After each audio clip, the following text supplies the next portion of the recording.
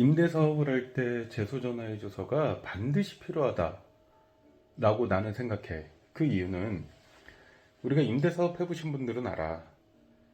임차인들이 굳이 본인들이 악성 임차인이 되려고 악성을 부리는 게 아니라 경기가 안 좋으면 임대료도 미납하고 그리고 관리비도 미납한단 말이야.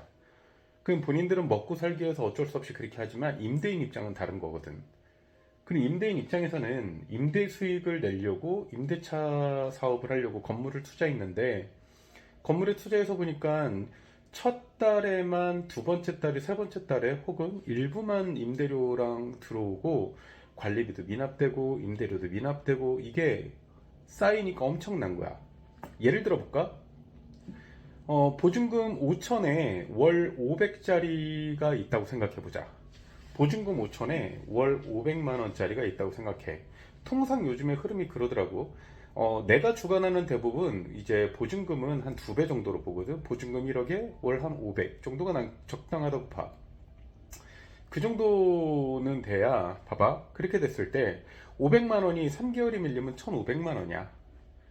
그러면 일단 벌써 이제 그 보증금의 35% 정도를 까먹었지. 보증금이 5천이라고 가정할 때 보증금 5천에 월 500이면 3개월만 미납해도 1,500만 원. 그러면 월 500만 원짜리 가게에 그러면 관리비는 얼마가 될까? 그러면 통상적으로 임대료보다 뭐 한 본인들이 이제 쓰는 사용료 뭐 다 해가지고 한다 하더라도 기본적으로 뭐 월 한 100에서 150은 나올 거야. 그러면 월 150에서 그 정도 나온다고 하면 3개월이면 그것도 한 500만 원 되잖아? 자, 그것만 해도 벌써 3개월치만 밀려도 한 40%, 50%가 일단 먹어. 그러면 40% 정도가 이미 마이너스란 얘기야. 근데 이제 그렇게만 되냐고. 그 뒤부터가 문제야. 그러면 4개월, 5개월, 6개월 이게 임차인들도 양심이 있기 때문에 무조건 밀리진 않아. 그러면 3개월에서 5개월 정도 되면 그걸 깔아두고 그러니까 이미 미납한 금액은 깔아두고 한 달치씩 관리비도 일부씩 내고 있어. 그럼 뭐야? 6개월 차 되면 이미 보증금을 넘어서 6개월, 7개월 차 되잖아? 그러면 기존에 미납 3개월치, 4개월치 깔아놨지? 거기다 관리비 깔리지? 그럼 그게 한 3천만 원 정도 돼? 그러면 보증금 5천짜리에서 이미 3천이 미납으로 깔려? 그리고 2천만 원밖에 안 남았어, 보증금에서. 그러면 보증금 잔존해서 2천만 원인데 거기서도 뭐 찔끔찔끔 내.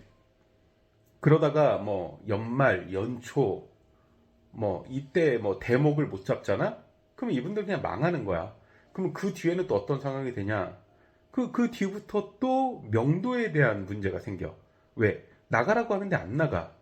이 들어와 있는 사람은 본인이 초기에 투자한 시설 자금을 어떻게든 땡기려고 하는 거야. 왜? 인테리어를 그래도 5천원, 500만 원짜리였으니까 인테리어를 최소 못해도 5천만 원 넣었을 거란 말이야. 5천만 원이 뭐야? 요즘 평균 1억은 들어가지. 자, 그렇게 넣었을 때 이분은 어떻게든 다른 사람한테 넘기고 가려고 하는 거야. 근데 시장이 안 좋잖아. 그런 사람이 여기 있냐고. 그럼 어떻게 돼?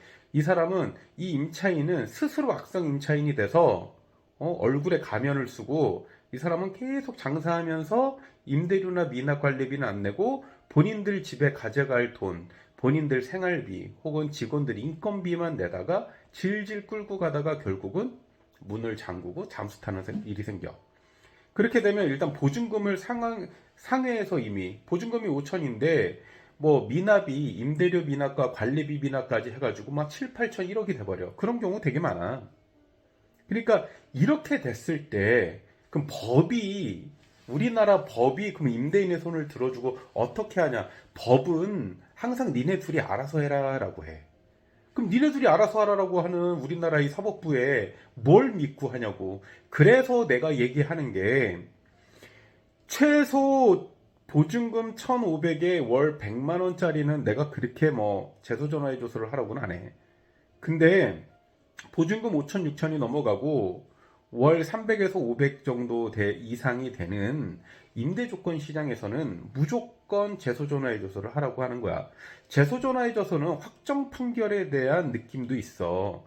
그러니까 미리 양 당사자가 서로 합의를 해서 이미 임대 계약을 하는 동시에 제소전화해 조서를 법원에서 판결을 받으면 이제 그걸 가지고 추후에 임대인은 이 명도를 하려고 하면 6개월에서 1년씩 걸린단 말이야.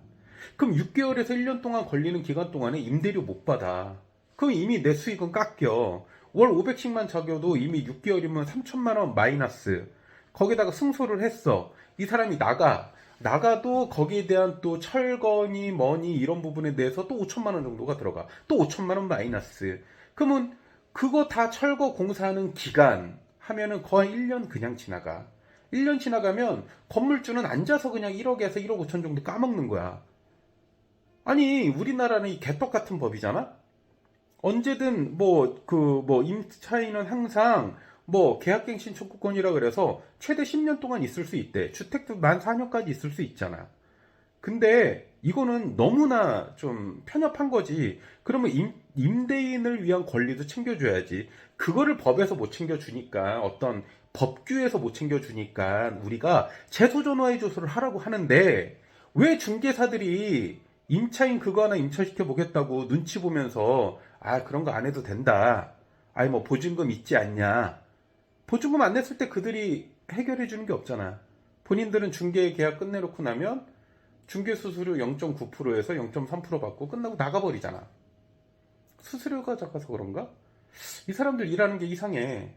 자, 우리가 좀 선진국처럼 일합시다. 정확하게 해야 될 건 해야 된다라고 하는 거야. 재소전화해줘서 반드시 하세요. 안 그러면 건물 투자하고 개똥 차는 거야.